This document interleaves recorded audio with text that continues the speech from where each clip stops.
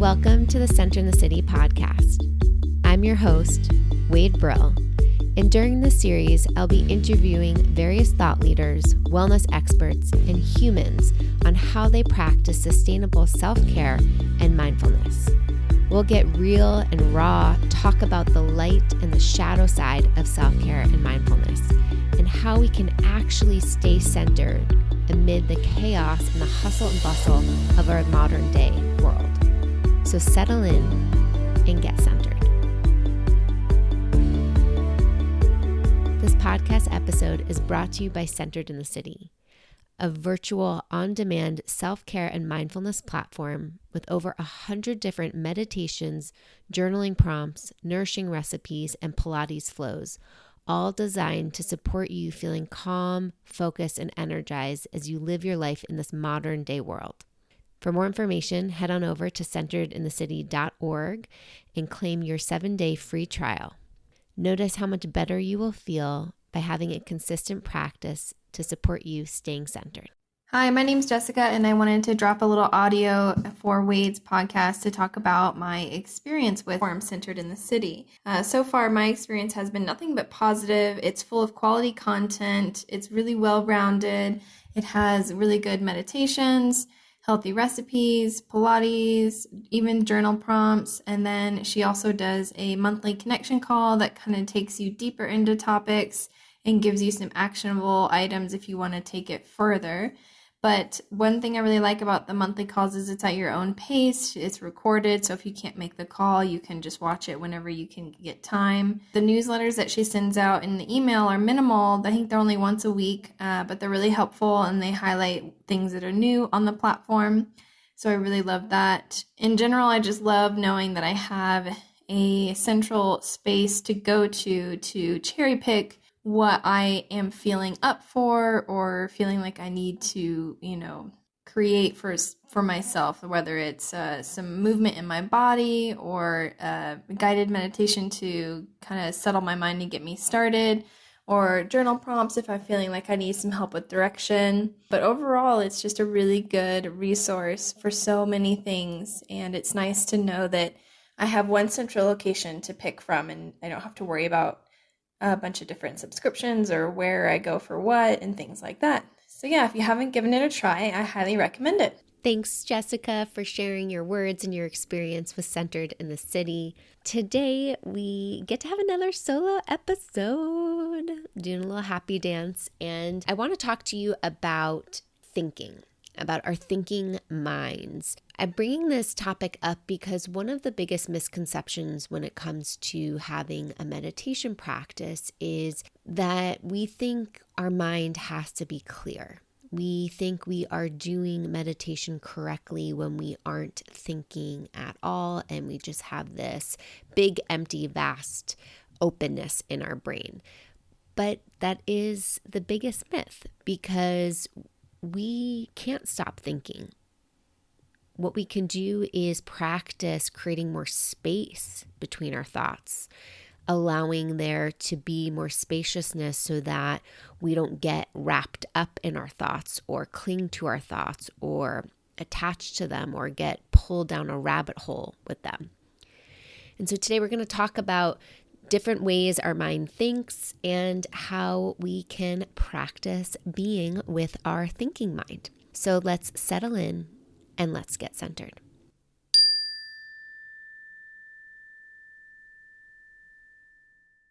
So I'm curious, as you're listening to the sound of my voice, I welcome you to tune in and notice what thoughts are going through your mind right now.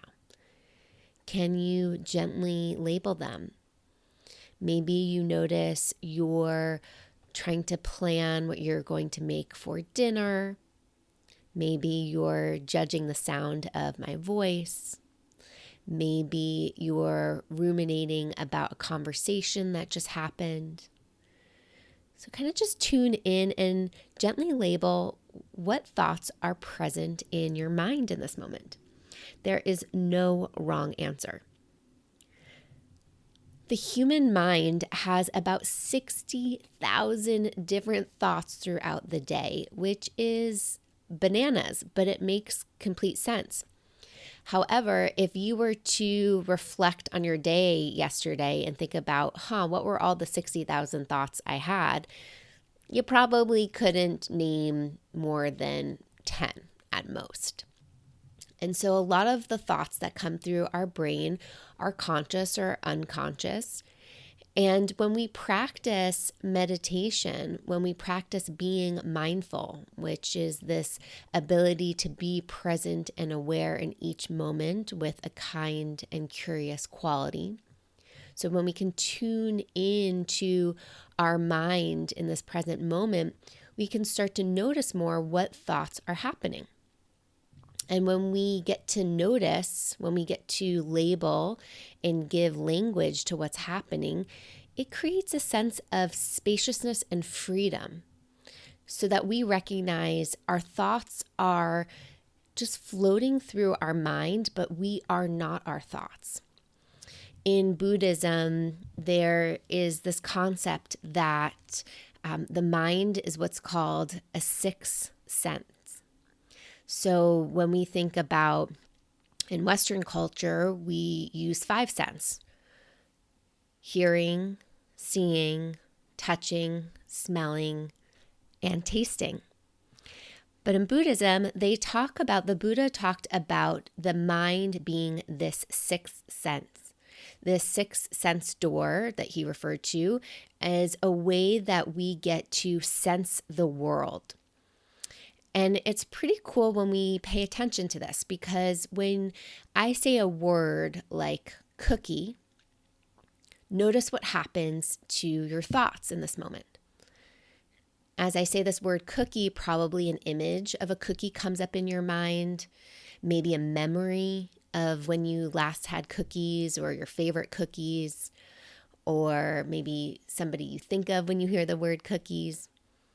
Maybe you even notice a sense in your mouth of like, oh, I'm getting hungry, and that kind of watery sensation. Or maybe a warmth in your heart because it brings back a, sweet memory. So when we think of things, when we have thoughts, it is this other sense door.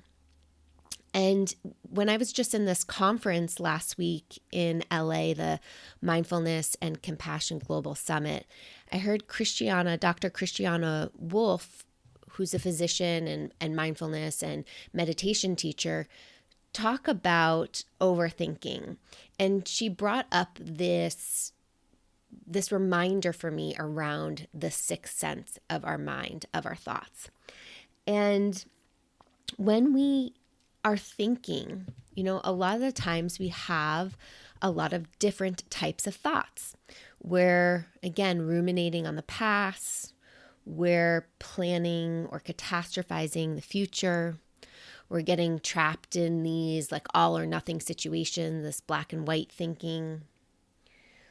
Maybe the mind is overgeneralizing the future situation that might happen, right? Oh, I might be late because traffic is going to be horrible. That kind of thing. So we have all of these different thoughts that happen in the brain. And when we can see them as this sixth sense, as we can see our thoughts as just something that's happening. Maybe you've heard this quote of, thoughts are like clouds in the sky.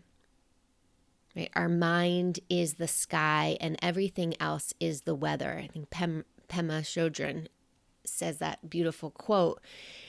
And it's just this example of, can we see our mind as this vast open space, and our thoughts are just these experiences that are happening. And when we get to notice them, we get to label them, and it creates a sense of freedom and space so that we're not attaching ourselves to the thought. We're not personalizing ourselves to the thought. And when we can do that, it creates a lot of freedom.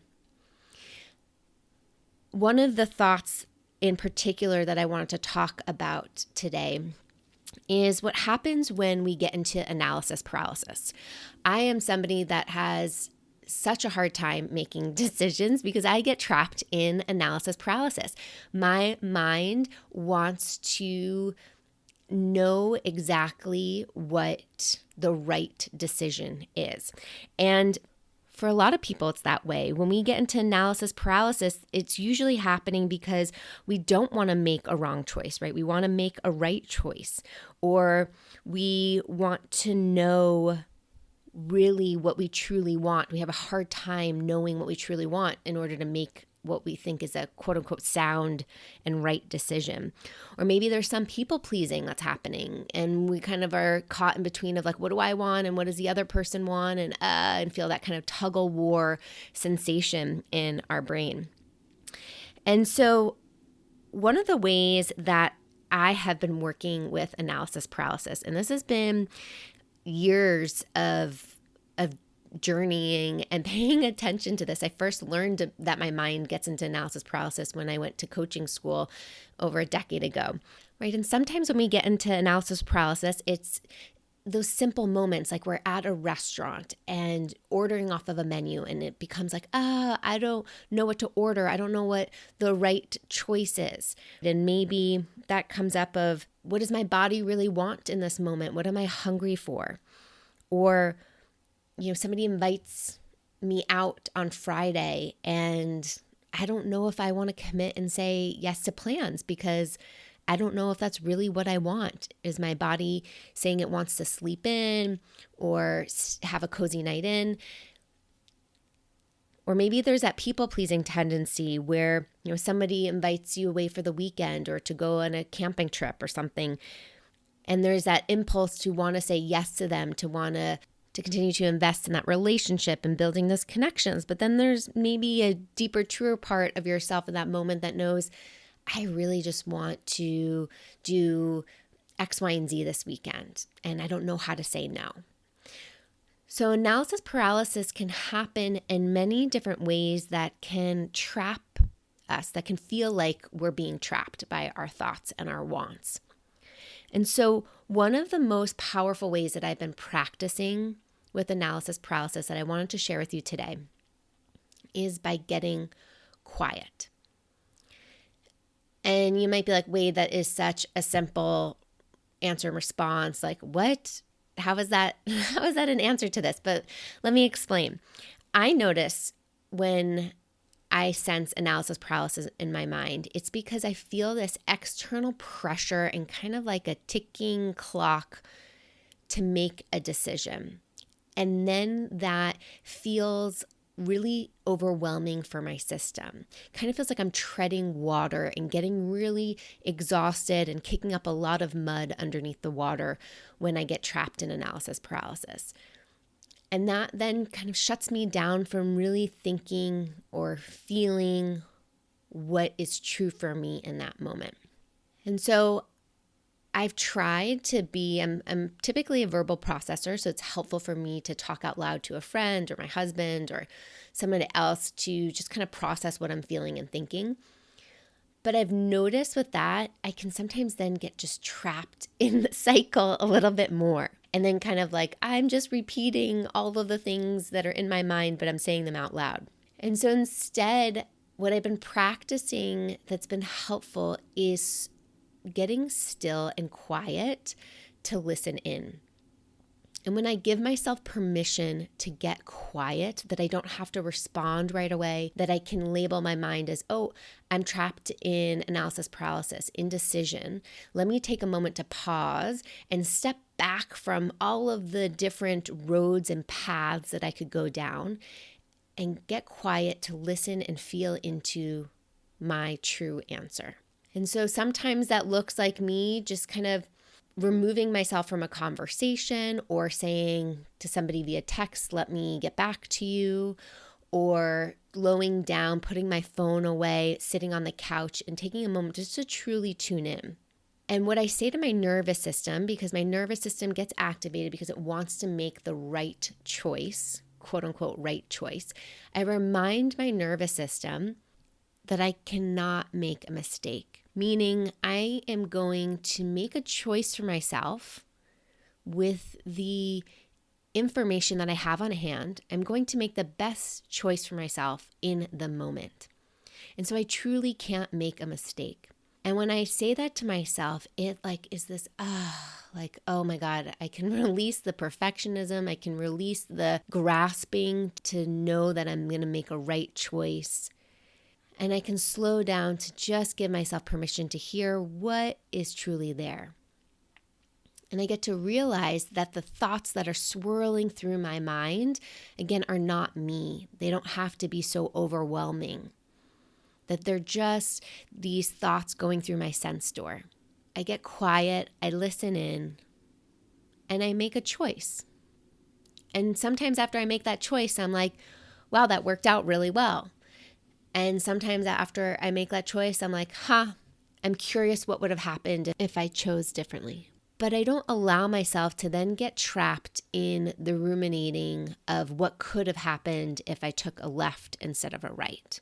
Because I know that getting quiet and saying to myself that I can't make a mistake in that moment, that I chose what I really thought was the best decision for me or for the situation in the moment at hand. And that is so freeing. It is so freeing. And sometimes, I'll maybe notice the mind is going to start to head down that rumination path of, oh, you should have gone right instead of left. But I can catch it, right? I can label it of oh, I'm ruminating here. And give it permission to let go, right? I get to say, oh, the mind is ruminating here. I'm really trying to get trapped into that thought. And I can just kind of slowly start to soften my grip.